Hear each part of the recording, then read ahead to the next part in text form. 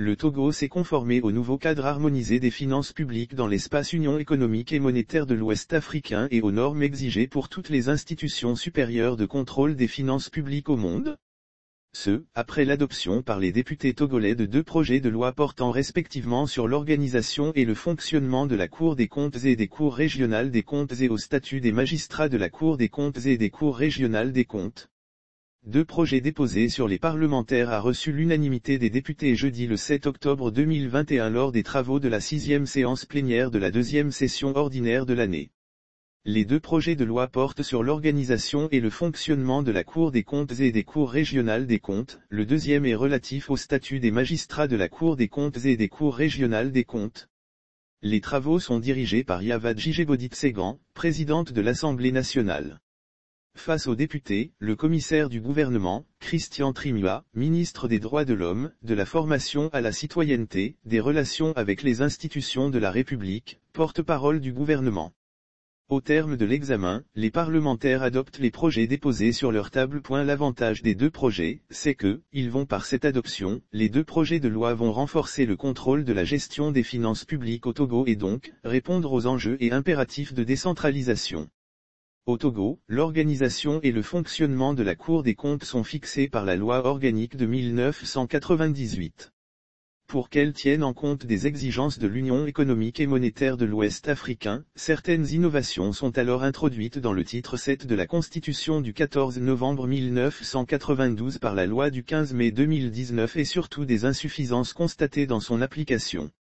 Elle prévoit l'extension des attributions de la Cour en y ajoutant l'évaluation des politiques publiques, l'émission des avis sur les rapports annuels de performance, le contrôle des visas des contrôleurs financiers et le contrôle de la gestion des responsables de programmes entre autres.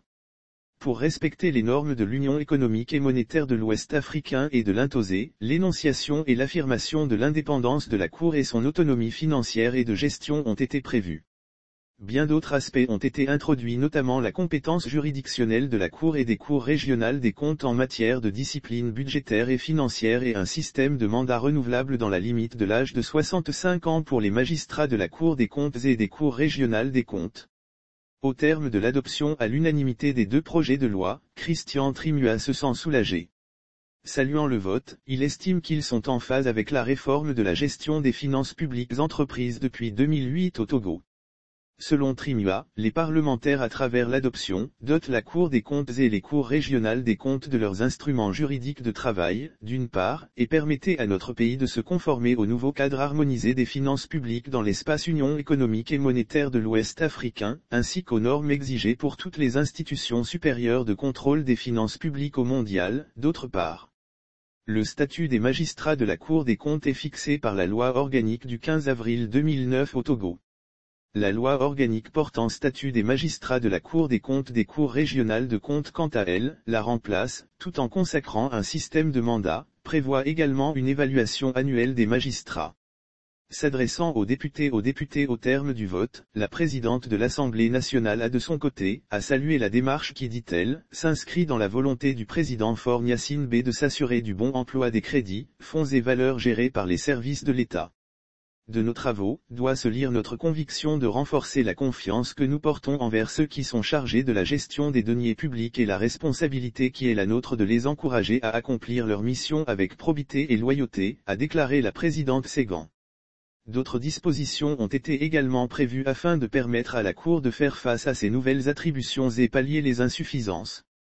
Elles concernent le déplafonnement de l'effectif total des magistrats et son relèvement, l'obligation pour la Cour d'auditer annuellement ses propres comptes et de faire évaluer périodiquement ses performances par ses pairs ou par la Cour des comptes de l'Union économique et monétaire de l'Ouest africain et la consécration d'une disposition au cas des exceptions d'inconstitutionnalité entre autres.